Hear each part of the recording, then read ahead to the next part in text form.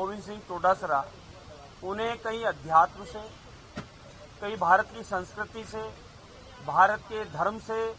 संतों से, मुझे लगता है कहीं ना कहीं उनके मन में कोई द्वेष है और वो इस प्रकार की हरकतें करके ये बताना चाहते हैं कि कांग्रेस की रीति नीति, कांग्रेस का सोच स्वभाव हमेशा भारत की संस्कृति, भारत की परंपराएं, सनातन के विरोधी है। इसीलिए उन्होंने इस प्रकार के शब्द बोले। दूसरा, उनके बयान से एक चीज और समझ में आई, जैसा प्रेस वार्ता में उन्होंने कहा कि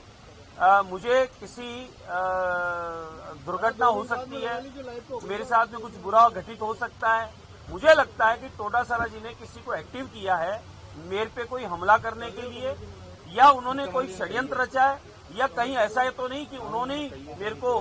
मारने के लिए कोई योजना बनाई हो। तो अगर कल को कुछ भी होता है, मैं मानता हूं गोविंद सिंह डोटासरा जी ने स्वयं ने ये योजना बनाई है, मेरे पे कोई दुर्घटना की आशंका जो बताई है, मुझे लगता है वो खुद इसके जिम्मेदार होंगे।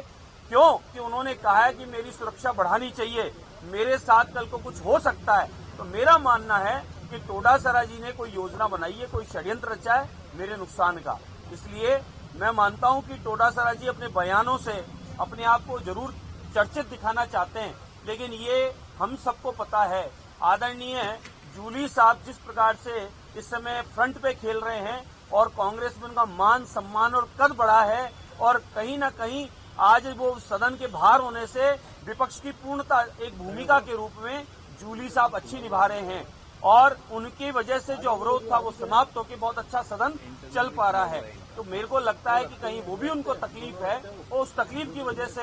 बौखलाहट में या कोई मानसिक समस्या होने से वो इस प्रकार की शब्द बोलकर और कहीं माहौल बनाने का वो प्रयास कर रहे हैं।